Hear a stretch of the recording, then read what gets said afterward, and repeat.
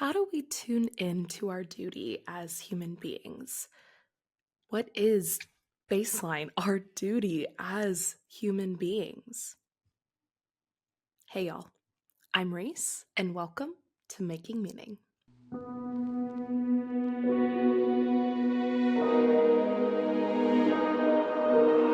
Making Meaning is a podcast by the Cohere Collective, here to help guide you along your path to make meaning in a way that makes sense for you. Today, I am joined by author and Dharmakaya, Cynthia Jurs. I believe I am saying Dharmakaya correct. I hope I am saying it correctly. But Cynthia has been a longtime student of Zen master Thich Nhat Hanh, and the presence that she has is truly Zen, and you can feel the energy even through our conversation virtually, and I hope you can feel that as you listen today as well. Cynthia also has recently published her book, Summoned by the Earth, which talks about our duty as human beings, how we are being called to reconcile our relationship with Mother Gaia, with each other, in the natural order of the way that Mother Gaia and the energy of life wants to flow. We don't know exactly what that looks like yet. We don't know what it's supposed to look like. But I think part of this call, part of this summon that Cynthia speaks to in her book is in creating what that looks like in unity with the earth, with nature, with the life force energy that we are all an integral part of. I so deeply enjoyed this conversation, and I hope you will as well. But before we jump in, as always, let's take a deep breath.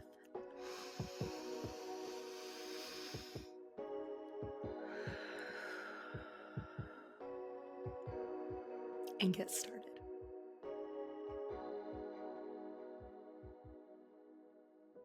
Cynthia, thank you so very much for joining me today, being here and sharing space with me. I am very excited to be having this conversation with you. Thank you. It's wonderful to be here. Thanks for inviting me. Absolutely, absolutely. Well, my first question that I always like to ask is, what are you grateful for right now?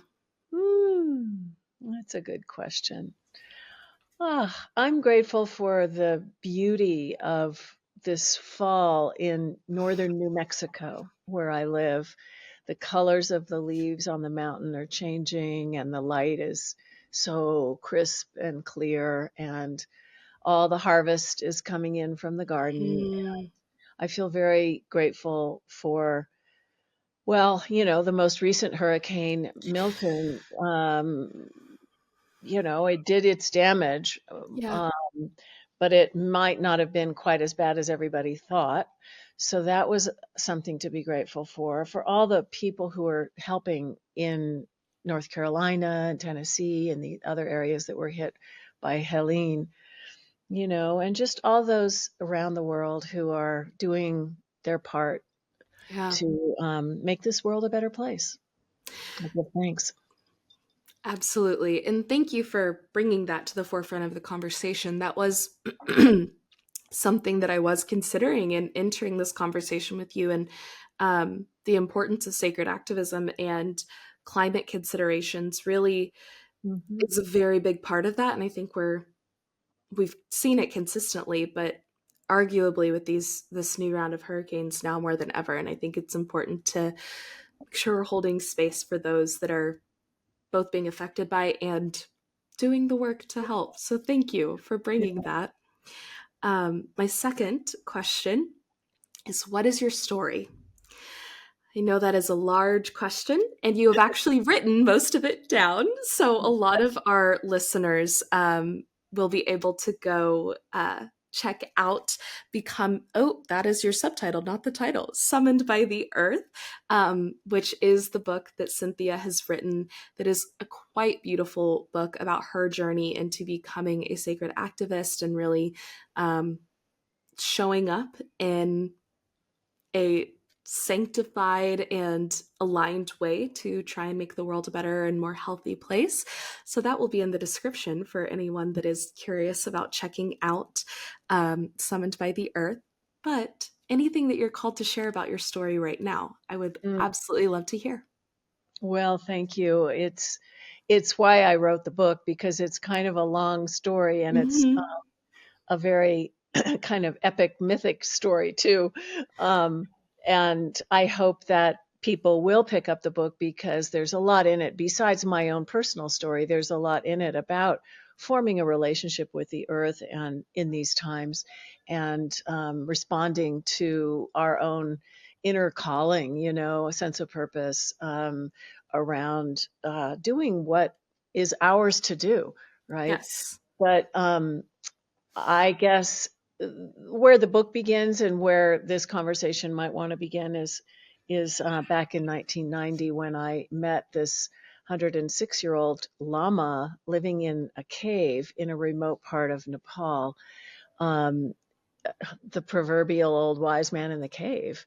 And I realized, as I was walking up the path to meet him, that I should come up with a question that was Mm, meaningful, not just to me, but to others who would never have such a remarkable opportunity. I mean, I didn't really even realize what I was getting myself into when this journey began. But I had been practicing in both the Tibetan and the Zen traditions of Buddhism, and then found myself on this path. And the question that I came up with was, what can we do to bring healing and protection to the earth?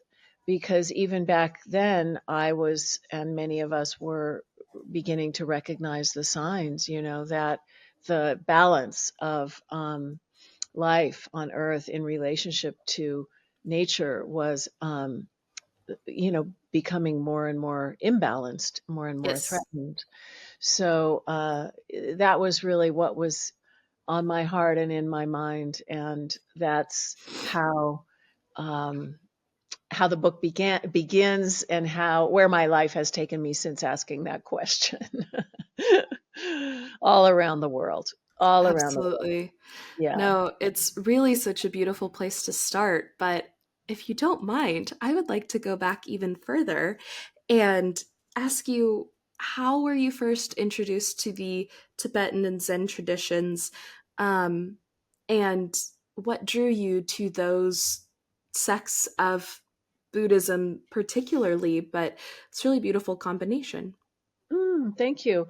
Yeah, I think I was always searching, as a young person. We were not particularly churchgoers, and my parents always said, you're free to go and do whatever you want, but they were um, more, I guess you would say, agnostic. Mm, But my mother really had a connection to the earth, to nature, to the flowers in the beautiful, land, and the magic of the land. And I absorbed that. My dad did too, but we weren't particularly spiritual, mm, and I hungered for that. And so I was drawn to Buddhism pretty early on. I kind of dabbled in this and that, and then when I started to become exposed to Buddhism, I liked it because it didn't actually ask you to believe in an external God. It was hmm. really pointing to our own, what is called our own Buddha nature, which is in all of us. It's our own wisdom, our own compassion, our own awakened heart and mind, that the Buddha himself, which the word Buddha just means awakened one. He was Hmm. historically known as Shakyamuni, Buddha Gautama Shakyamuni, but Buddha nature, this awakened nature, is in every single one of us. So the practice of meditation is really to come into an experience of that, which is always here. It's not out Yes. there. And I think that's really powerful and beautiful, and can be meaningful to everyone, no matter what religion they're coming from. And one of my great teachers is Thich Nhat Hanh, who is a Vietnamese Zen master, who always talked about, we need to not leave our root traditions behind to become a Buddhist, but to incorporate the teachings of Buddhism in our own way. So I love that. And he also as an early teacher of mine, talked a lot about engaged Buddhism, which is another word in a way for sacred activism. And Mm, I like that very much. And he really encouraged his students to engage their practice in a way that is meaningful to others, that is in a way to make a difference in the world. Because we want to, you start to awaken a little bit and you realize the suffering that people and animals and plants and trees and oceans and everything else is going through, needs to be healed. mm, And we can each contribute something to that process. But we need to engage it, and not turn away. So right. I love that. And that's kind of how it all began and where it all led.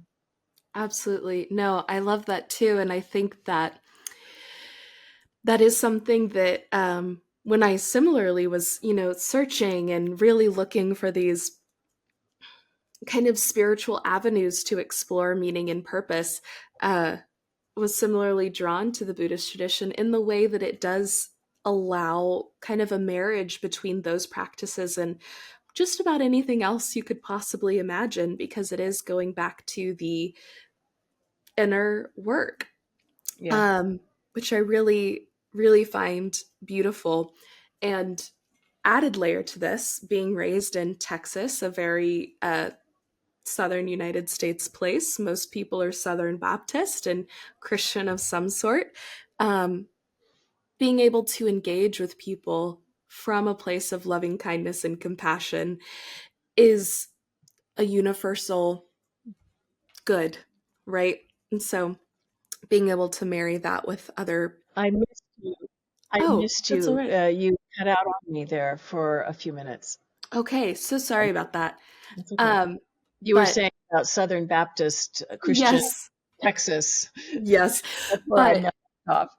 right, but just being able to marry Buddhism into this tradition was a very accessible way for me to first start exploring these things, Mm, but also um, a really beautiful entry point to be able to see, the overlaps between prayer and meditation and the Christian idea of we are all children of God and He is within all of us is very similar to some of these Buddhist ideals. I tend to be a little bit partial to the Buddhist languaging of Buddha nature is within all of us, Yeah, being ungendered and more universal. But I really appreciate your nod to this marriage with other traditions, because that is a very yeah, special part of Buddhism. yeah. Um, in acknowledging the Buddha nature within all of us and this internal work that is always accessible, internal to us, how do you see that internal work matching up with this connection to the broader world around us? Because, of course, there's a huge connection there. And I do think that a lot of people find accessibility to this internal work when we are in nature and when we are connected to the earth. What do you Mhm. think that connective thread is? Mm. Well, I really have come to have my own experience and believe very deeply that we're not separate from the earth. We're not separate from the web of life. We're part of it. And so everything that happens and grows and lives on the body of Mother Earth is alive, and we're part of that living thread. So there is no separation, and Mm, um, it's important that we understand that and experience it, because we have we have our own power to affect that web of life very directly in how we live our lives, and realize that what goes out from our hearts is affecting everything.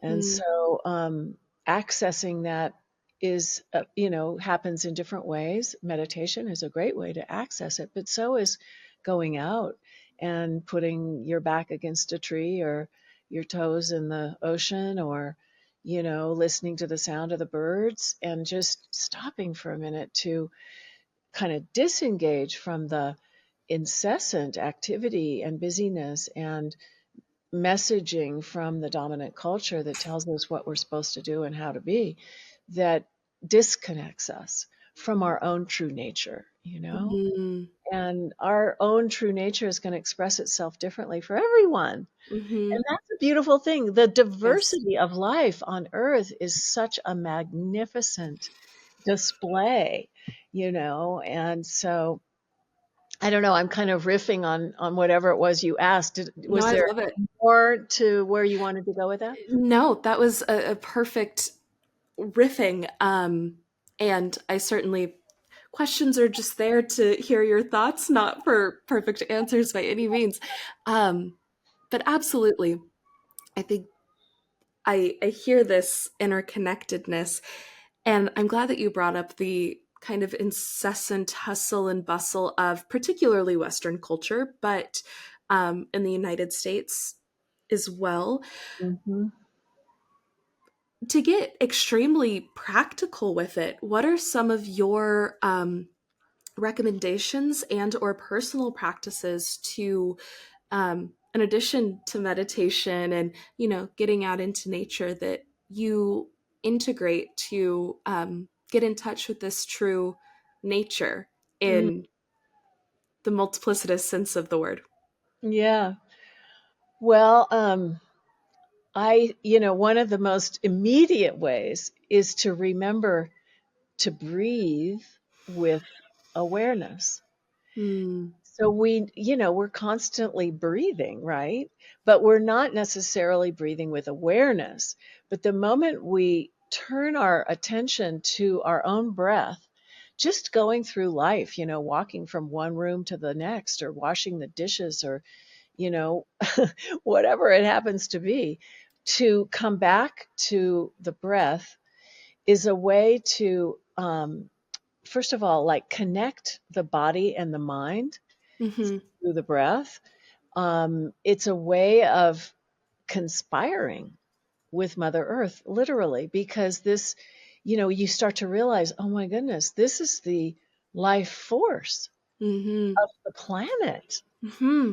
flowing through me, keeping me alive and contributing to the life force of all beings and the trees and everything else, right? So, um, and then beyond that, when we can stop the busy mind for a few minutes, even, and this doesn't even have to take the term meditation, but if we Sure. can return to the breath and just have like a little time out, to just do nothing else or think about nothing else other than just the breathing in and the breathing out. Right there, everything settles down, Mm. and we come back to our true self in that moment, when we allow ourselves to not be obsessing about the things that we're usually preoccupied with, and just Mm. it's like, time out, I'm just going to come back to my breath. Oh, yeah. And then it's like this renewal. Mm-hmm. And if you can extend that a little bit, suddenly things start to get a little bit more clear. Mm-hmm. It's like, oh, that is just a waste of time. That over there is what's really calling. And, you just kind of keep coming back. So that's a big practice for me, throughout the day. And just remembering.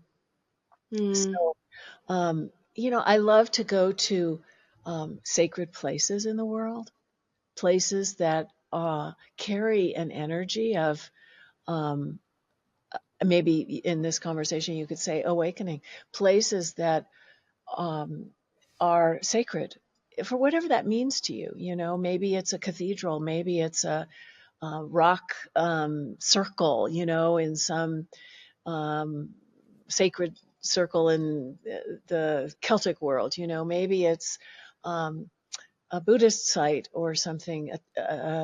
Maybe it's a place where people make offerings. Mm. Remember in Native America, people go and they make offerings, and they make a connection to the ancestors, to the land, to the great, great spirit, uh, or are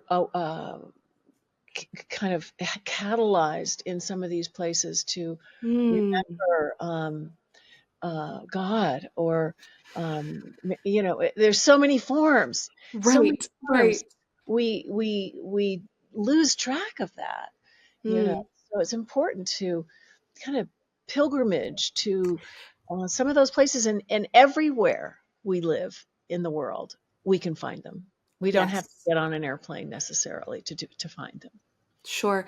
And I do think a lot of the time why we feel this call to get on an airplane or a boat or something to go find these places is in the ritual of travel, making that experience feel more sanctified and sacred. But Yeah. a big question for me is how to create these places for myself in a very accessible Yeah. way to still tap into that.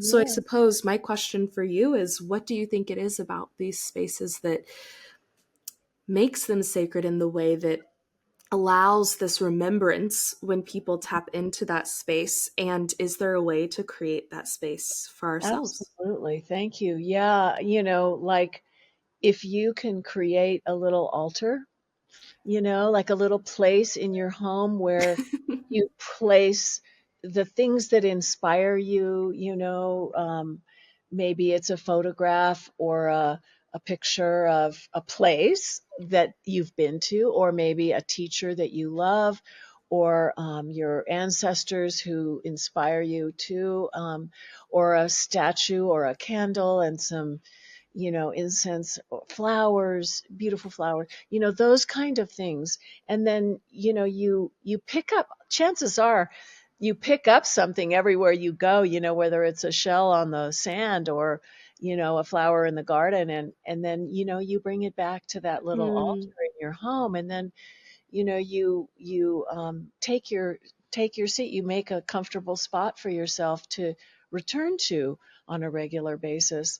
And that is a way of connecting to that part of ourselves, which in those sacred places, one of the things that you can just bet has been happening over centuries is the lighting of the candles, the Hmm. singing of the sacred songs, the drumming of the invitation to the ancestors to come, and it's in the rocks, it's in the land. You can feel it when you walk in, Hmm.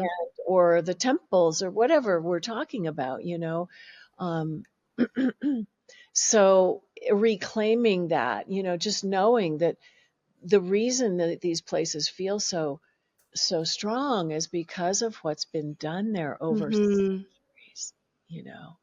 And Hmm. so when we do that and repeatedly in our own homes with a certain place, like I'm looking straight ahead, I have my altar there, and Hmm. it speaks to me, and people come into the room and they go, "Oh yeah, wow, okay," you know. Hmm. Hmm. So um, that's another way of supporting ourselves to go back to, taking another breath and stopping for a minute and just acknowledging that sacred place within us. Mm.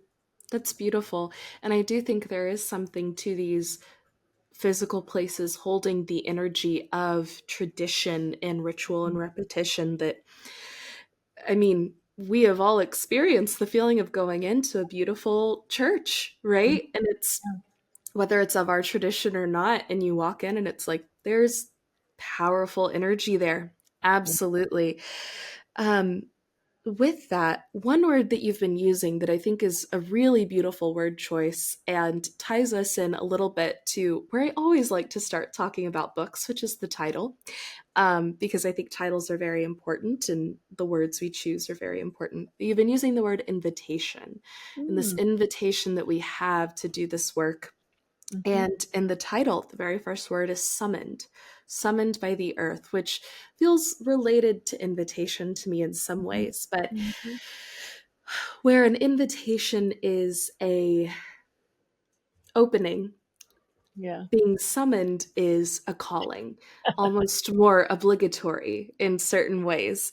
Um, why the word summoned, and what did being summoned feel like for you? Wow. Wonderful observation, Reese. And yeah, I think we're all, if we get quiet enough, we can all experience that little quiet voice within that's going, you here, you there, and we ignore it because we think we need to be doing something else or we're supposed to be like this, and that little voice is like the most important voice to listen to. It's Hmm. actually not so little once you Right. start listening. Um, so in my case, um, I'm kind of stumbling along. I mean, I was always searching and everything, but I was stumbling along in my life, wondering what to do with myself, as so many of us are for such a long time. And we're lucky if Yes. we, find it. But when I landed that question for the old lama in the cave, I realized that was my life's guiding question. And Mm. I, s- I had already, as I said, I had already been exposed to Buddhism. Um, and so let's just back up for a minute, because in the story of the Buddha's life, when he was sitting, he was searching and searching and practicing and doing all of this, learning so many things. And then all of a sudden it was just like, I got to sit down. And he stopped, and he was practically starving to death because he'd been such a renunciate. But anyway, he started to recover, and there was a young girl who helped him by feeding him and kind of making him comfortable. And he sat under this tree where he stopped, and then his process of awakening began. And in the process of that awakening, what did he do but touch the earth to witness this process going on inside of himself? Because it was so much bigger than him. And he needed some sort of a witness, and maybe even some sort of stabilization in that incredible process of, um, releasing himself into something so much larger, Mm. awakening, And so he touched the earth and summoned the earth to witness what was happening to him. In my book, I actually retell that story as if the Buddha were a woman, because I never expected to do that, but I realized that as a woman, I had been hungering for, um, a way to identify with the Buddha that didn't involve having to change my own identity from one gender to another. Right. Yeah. And so I rewrote it as if the Buddha were a woman, not to say the Buddha should be a woman, but because I totally respect and bow and honor the Buddha. But as a woman, it's helpful to have feminine forms that we can identify with. So anyway, that aside, I realized as I was going around the world with the practice I received from the old Lama in the cave, which is a practice of working with what are called earth treasure vases, which are little clay pots filled with offerings intended to bring healing to a place where they're planted in the ground. And, the rational mind kind of goes, what'd you say? Really? That helps? Like, okay. I decided I had to try everything, and that was what was coming to me. And it's just been amazing to see the kinds of things that have arisen in the places that I've gone. Mm. But in the course of carrying that out, I had to learn to listen to the earth, because the need for healing and protection is so overwhelming. It's like, where in the world do we go? Well, we have to go everywhere. We have to kind of try everything. And so I began to really listen to the earth as my guide, as my teacher, as my informant, on Mm, where the path was going to go next. And so I realized when I took one of the treasure vases to Australia, I was out back in the bush. It was this amazing moment, and I realized that I had been summoned by the earth to do this in these times. mm, And so I'm always inviting people, inviting, not necessarily summoning, but there is a sense of like the times that we're living in are summoning us mm-hmm. to wake up now, but the invitation is really to touch the earth in our lives and to listen to what this incredible teacher who embodies just everything that is alive in the world is trying to tell us. And so, summoned, being summoned, summoning, um, responding to the summons, not just Mm-hmm. turning away and going, oh, well, that's for somebody else. Because we're all being invited Mm-hmm. to come into this relationship. That's my feeling, is that in these times, there's kind of no escape. We're all Right. in it together. Absolutely. Well, and I think what you said earlier too about all of us having this true nature, call it Buddha nature, Hmm. true nature within us, it is difficult to imagine that we would not be in something like this together. And that I think one of the unifying forces of any religious system, spiritual system, philosophy system is that we are all connected in Yeah. some way. And to turn away from that feels deeply antithetical to the human experience, to me. So I do think that that's really beautiful in that way, that Hmm. we can also, in the way all of us are invited to do this work, the difference in feeling summoned to certain things and certain dimensions of that work, I think is really beautiful. The way Hmm. slightly different approaches can contribute to the broader conversation around exactly what you're talking about. Hmm. Um, Talk to me more about these earth treasure vases. It is something you discuss a bit in the book, but I am just so fascinated by this beautiful ritual.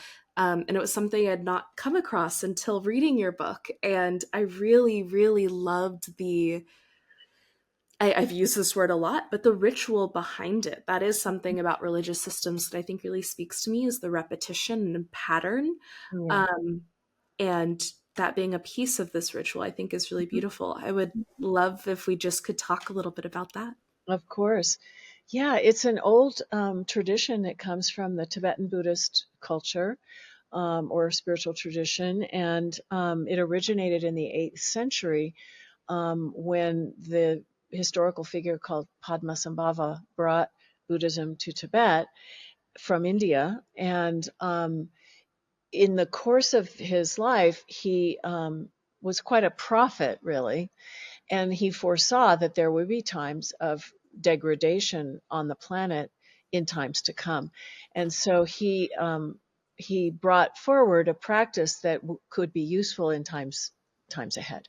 Mm, And so the practice of the earth treasure vases was discovered or rediscovered, um, in the kind of like when the industrial revolution started to come into the world, and things began to go down this path that is now has created such imbalance in the world. And so the practice involves these little clay pots that are, in our case, the clay was mixed with all kinds of sacred substances by the lamas who made them for us in Nepal, and then blessed. And traditionally, the monks in the monasteries and stuff would fill them with specific offerings, really dedicated to restoring balance and enhancing the environment and, bringing prosperity and those kinds of things. But in our case, because they had to travel all around the world, they gave them to us empty, but they blessed them and filled them with all kinds of these potent medicines into the clay. And then they gave them to us to then fill with offerings that are meaningful to ourselves and to the cultures and places where they were to go. And so that has been the practice, is taking them around the world to all kinds of places where healing and protection is called for. And of course, that's everywhere. And that takes many different forms, from, war zones to ecosystems to pandemics to inner cities and mountaintops and rivers and everything in between. So we have been working with them now for 30 years. I Mm. have, and there's now a global community called the Gaia Mandala Global Healing Community that is, I like to say, stewarding these little clay vessels, holy vessels, around the world to places where this is called for. And we always make relations with the elders of the Hmm. lands, traditional indigenous peoples, and ask for their blessing and participation, because we don't want to assume that this is something that, we have some answer, or, Mm. this is good. I mean, it is good, but, you have to Sure. be sensitive Hmm. to not imposing anything on anyone. And so that's become a big part of the practice. And over the years, we've identified some of the deepest core wounds, in the world that are contributing to the imbalances that we're experiencing today. And so the little vessels, when you take them into ritual ceremony, it involves inviting people into, I'm using that word a lot myself today, into a meditation, which we do actually every full moon online. We do a virtual meditation on Zoom that anybody can join. It's free of charge. And but we do that in the places that we go as well, in person, and then send the little clay pot around the circle to invite people to put their own prayers or offerings into it. And the little vessels really serve as kind of like ambassadors, to open us to a chance to give what we love, to offer something we care about, to the lands that we want to see protected and brought healing to. So it's a way of making that connection. Mm. And and then you're just amazed at what starts to happen, because Yeah. people that connect with their own motivation to be of benefit, and that gets poured into these little clay pots, and then they're planted like a seed in the ground, Yeah. and then we water them with our intentions and with our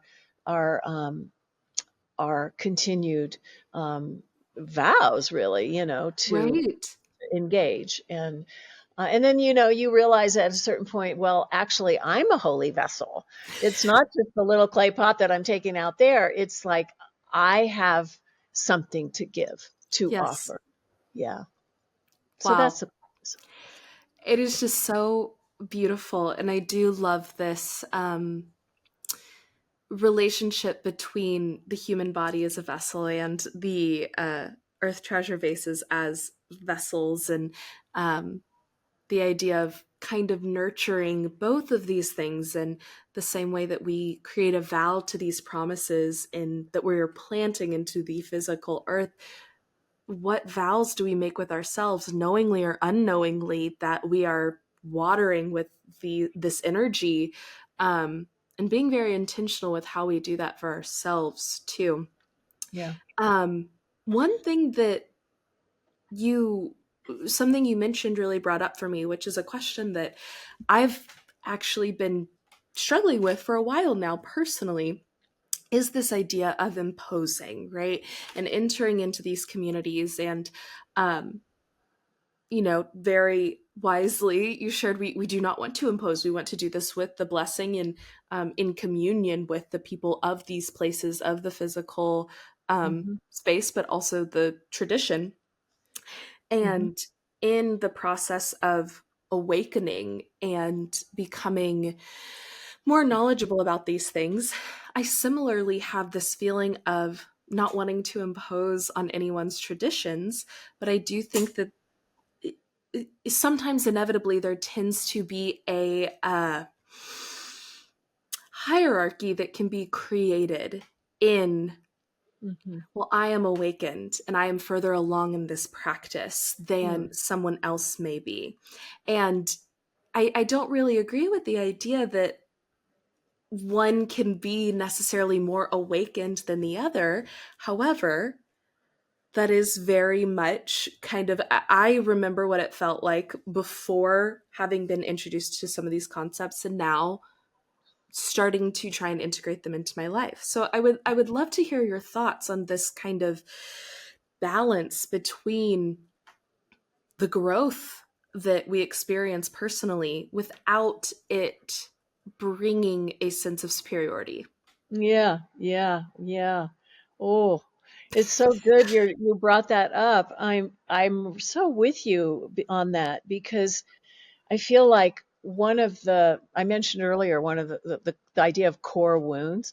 I Mm, think um, the hierarchical power over superiority dynamic that is operating in the world so across so many platforms, right? mhm, Whether mhm. it's political or spiritual or educational or whatever, familial.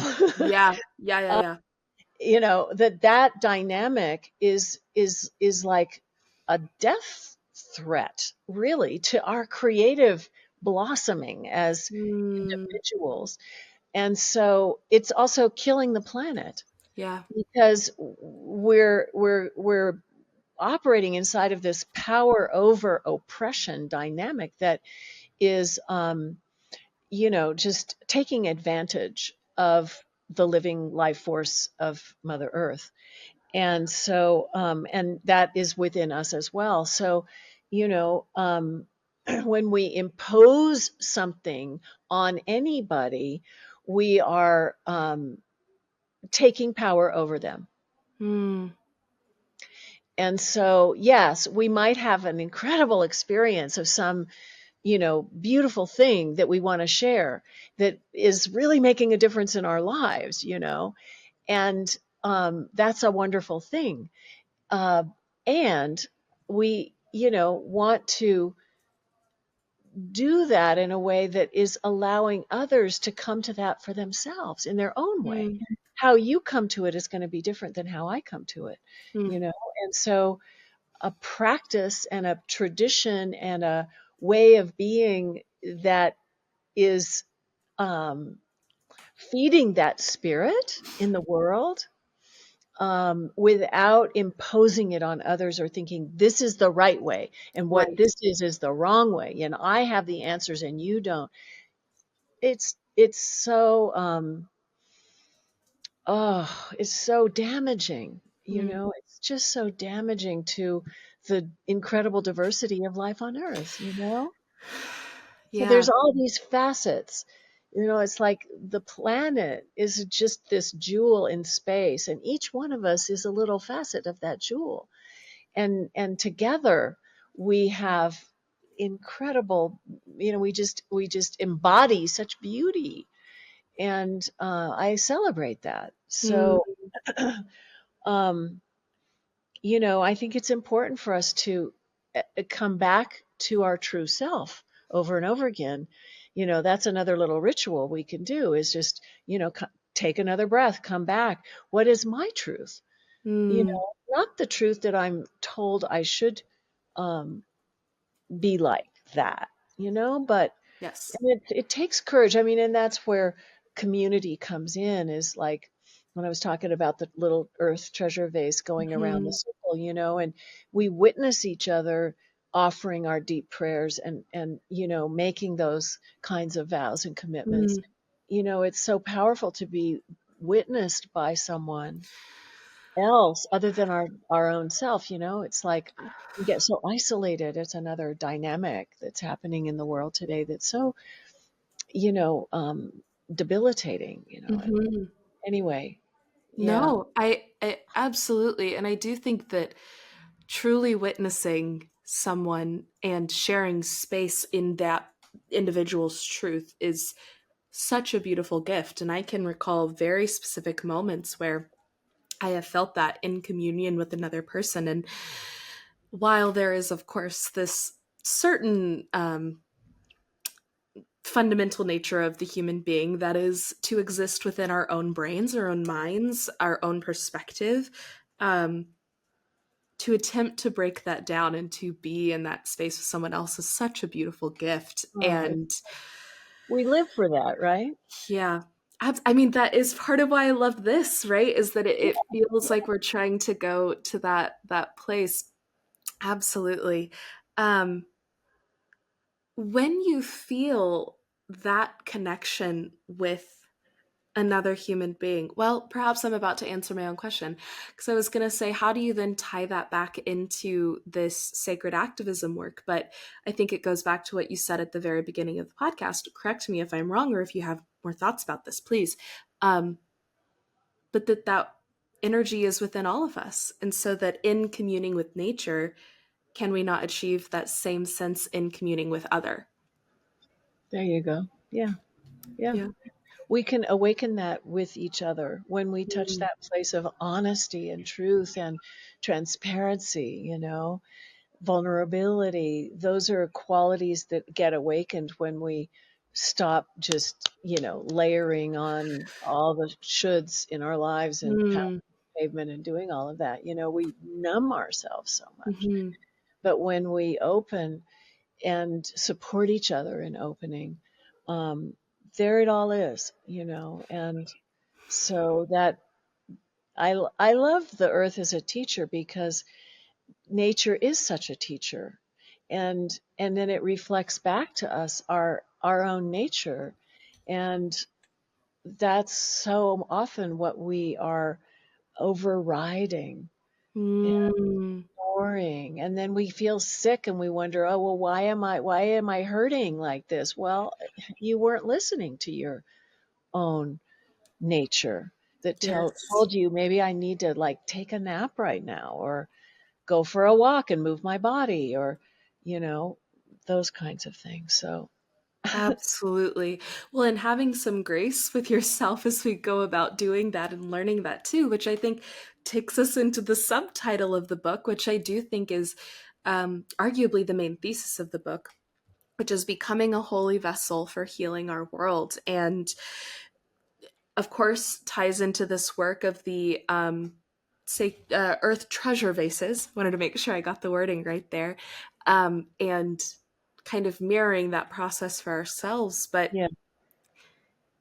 the way we treat ourselves is so often not the way we would treat sacred objects. Mm-mm. Um, Talk to me a bit about this becoming of a holy vessel within ourselves. And of course, you've written a whole book on this. So if anyone would like to dive any deeper into this, please check out the book. But what would be your entree into becoming a holy vessel? Well, I think you sort of were going there, acknowledging how hard it is for us Mm. to um, stay connected to and treat ourselves as a holy object, a holy Mm. vessel, because of how um, deeply the dominant culture tells us we have to be different than that, or we're not Yes. holy, or we're not sacred, and we should ignore those things. And we do, and we go through our whole lives sometimes ignoring those parts of ourselves. Hmm. And it's just tragedy. And so to shift that way of living and being, and slowly, slowly, it usually doesn't happen overnight, but shifting that way of being into really regarding each one of us as sacred and holy, like with this Buddha nature, or Hmm. that we are worth everything.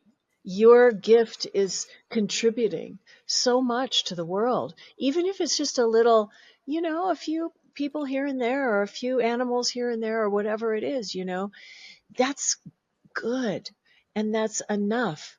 And and then, you start to kind of feel the wind at your back when Mm, you engage, right? And so then you realize, oh, well, I got to take care of myself, because this is really fun. This is really good. This is what I want to be doing with my life. And, the more you take care, the more energy you have, the more you can realize your dreams. mm, And then you give it, and you see what happens when you give that. When you're just giving, the old story, it doesn't go very far, because mhm, it's just reproducing the same old patterns of habits that have been so destructive. mhm. And so, but if you start to feed this other spirit in yourself, the holy vessel part, um, then it starts to kind of take on a life of its own, and things become a lot less difficult, don't you find? Yes, I do. I absolutely do. One thing that I have really been, it's been kind of a mantra for me recently. And anytime I have a mantra for myself, I find myself called to share it because, of course, it's always front of mind. But it has been, I am worth my dreams and passions.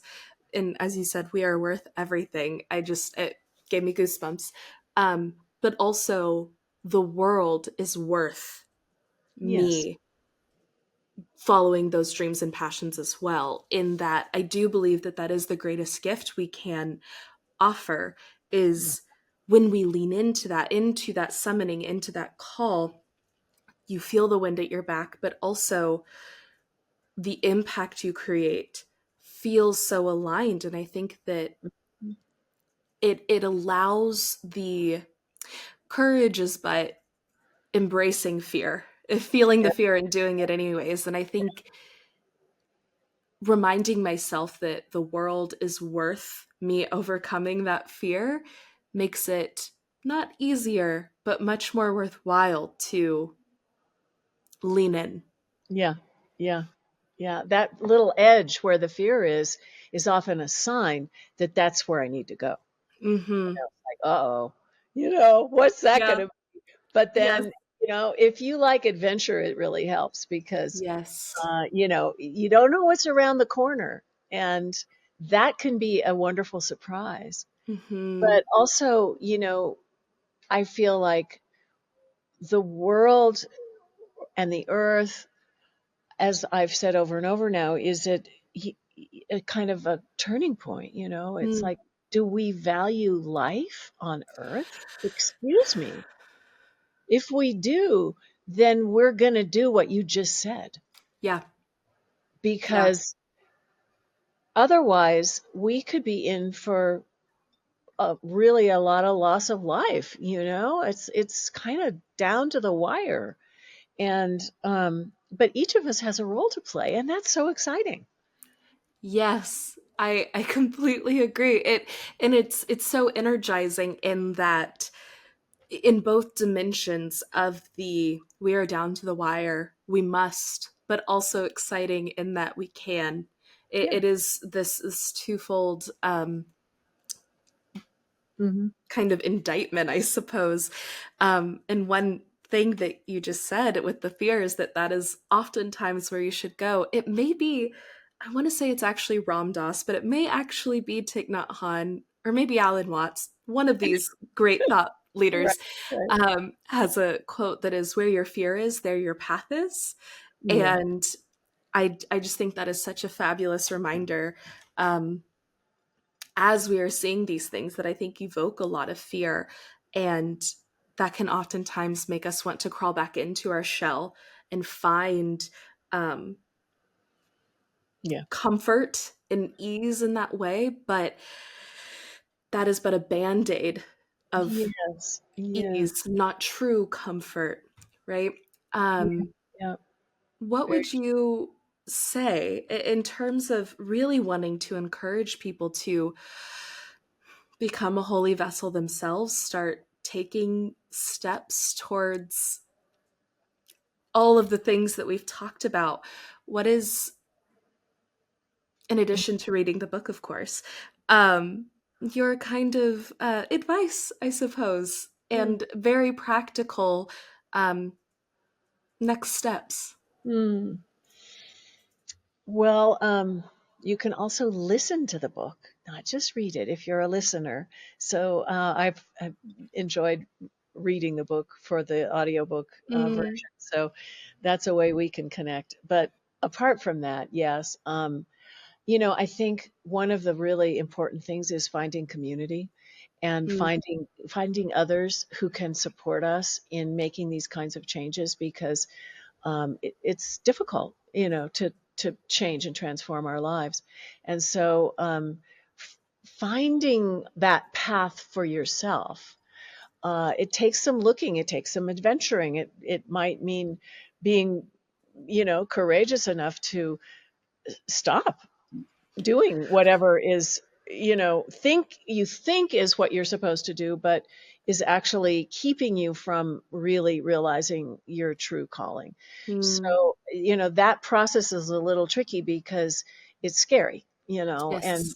it means sometimes letting go of what is no longer serving and trusting that there is something so much larger than ourselves operating, that is guiding us. Hmm. So starting with stopping, taking a breath, coming back to that true self, that true nature, going out to the oceanside or the mountaintop, and just, like inviting a relationship with the earth, with the guiding forces of our lives that Mm. we can't figure out from here. Right. Okay, so that's the downfall, is when Hmm. I think I have to figure it out for myself. So the connection with the community, whatever it is, and we offer a lot of various practices in the Gaia Mandala um, community. But and I mentioned the full moon and all of that, and Yes. it's a beautiful way to connect with others. But being brave, standing up, going, you know what? It's time for Mm. me to have the courage to really walk my talk and face into, or lean into, as you said, the true calling I feel in that deepest heart. So whatever we can do to you know um, feel that connection, and then stand for it, stand for life, stand for the goodness of our our caring and our Mm. compassion, our love. It's really all comes down to love. Yeah. What do you love? What do you care about? That's where you need to put your energy.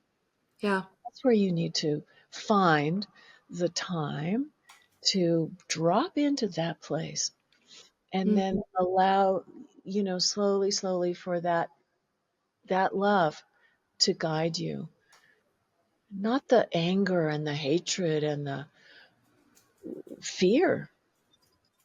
We're building a new operating system here. So Yes. Both on that personal, interpersonal level, but also broader economically, socially, governmentally, globally, right? Like these are all new systems. yeah, yeah, it's an exciting time, and it's a challenging time, Hmm. but what else is there? That's what life is for. Yeah. Absolutely. Thank you so much for sharing that. And I do want to be mindful of our time, so I'll take us into my final few questions. Okay. One, in light of our conversation, which has just been so enlightening for me personally, and I'm sure it will be for our listeners as well, is there anything that we have not gotten to that you would like to touch on? Anything that we did talk about that you want to return to, emphasize, clarify? Anything else at all that you feel called to share? Hmm. Thank you. I feel like this has been a wonderful conversation for me too, and I really appreciate how you have kind of directed us sort of in through the back door, so to speak. And I love that. And yeah, no, I feel like we've covered a lot of ground and gone very deeply, and I really appreciate it very much. So I guess the only thing I would say is if anyone wants to continue this conversation, or go more deeply, to please come find me on GaiaMandala.net. And there's lots of other things that you'll find once you go there. But I hope we'll stay connected too, Reese. It's been really a Absolutely. delight. Yeah. Absolutely, for me as well. And that link, as well as all of the others mentioned, will be in the show notes for listeners and watchers to access you and your beautiful work. Final question, just to put a little bow on our conversation. What is one word to describe how you're feeling right now? Ah, just so moved. I'm so touched, moved. Um, I can feel the emotion of that love and that caring rising up, in my heart. And um, so it's a sign. It's a sign that we've touched something really real, and I appreciate it very much. I Appreciation. appreciate. Yeah. Yes, yes, I same. Thank you very much, Cynthia. Thank you all so very much for being here today, and a huge thank you to Cynthia for her time, energy, and spirit during this episode. I so enjoyed talking to Cynthia, and my favorite podcast episodes are the ones where eventually you can just feel that you click in, and it usually happens with every guest at some point, but sometimes there is just that energy that happens, and both parties can feel it, and you're really having a good, productive conversation as opposed to just an interview. Please subscribe to Making Meaning wherever you are listening today. Leave us a like, a review, a rating, a comment.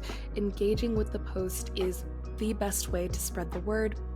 And share this episode with someone in your life that you think would resonate with it, that you think might learn something from it. It's really a great conversation starter for people in your life that you want to begin having more meaningful connections and conversations with.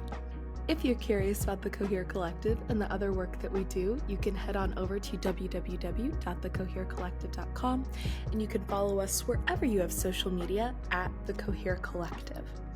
You can also follow me on Instagram at Lillian Reese Brown, and all of Cynthia's information to follow her and find her work and find Summoned by the Earth will be linked in the episode description wherever you are listening or watching.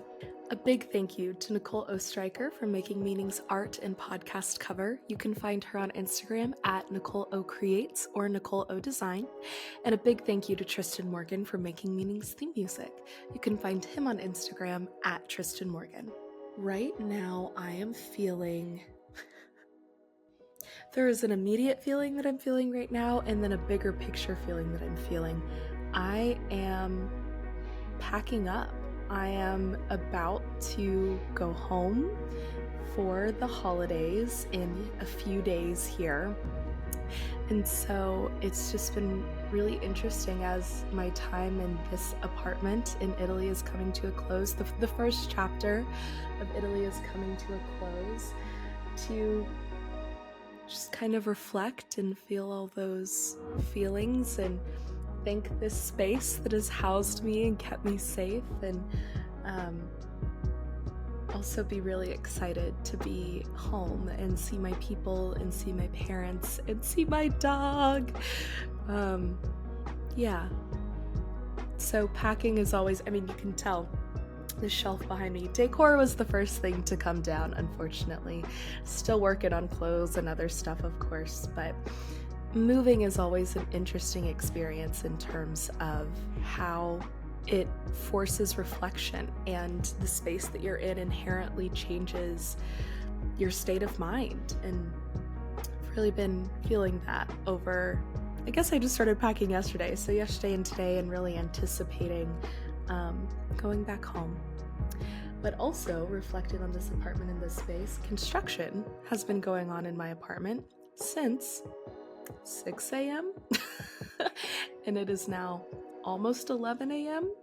and I'm trying very hard to record this intro because I need to record it right now.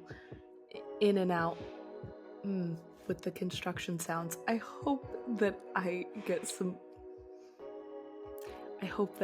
good uninterrupted audio. I may have to re-record this, we will see. So slight frustration there, but also a good reflection of the growth and the change that will come out of this time, and how no place is perfect. It's what you contribute to the space and the energy here that is the impact that it makes back on you. So that is all I have for you today, and I hope you feel like you are living more coherently. Until next time, love.